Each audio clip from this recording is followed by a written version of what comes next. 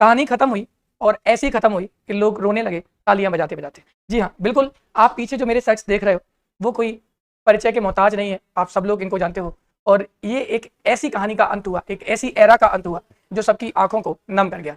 बिल्कुल, मैं बात कर रहा हूँ नवल रतन टाटा जी की, जो कल रात को अचानक से खबर आई कि उनका स्वर्गवास हो गया है और भगवान ने उनको अपने पास बुला लिया है।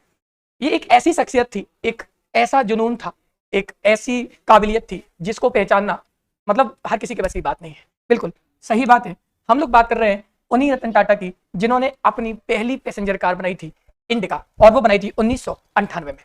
फिर से सुनिए, पहली पैसेंजर कार 1998 में, लेकिन किसी कारणवश वो सक्सेस नहीं हो पाई।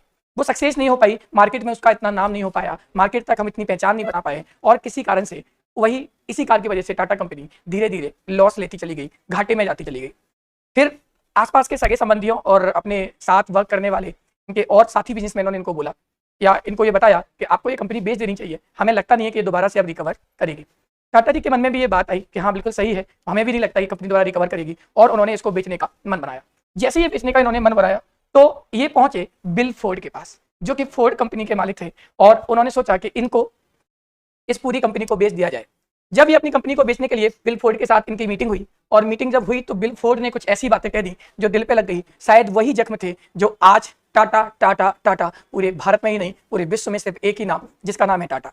ये बिल्कुल सही बात है कि जब बात दिल पर लगती है तब टाटा बनती है, इसमें कोई दो राय नहीं है। ये आपके सामने जो शख्स दिख रहे हैं वो विल फोर्ड है, फोर्ड कंपनी के मालिक। जब टाटा ने अपनी कार या कंपनी को बेचने की बात कही विल फोर्ड से, तो विल फोर्ड ने उनका अपमान किया और कहा अगर गाड़ी बनाने नहीं आती तो फिर बनाते क्यों?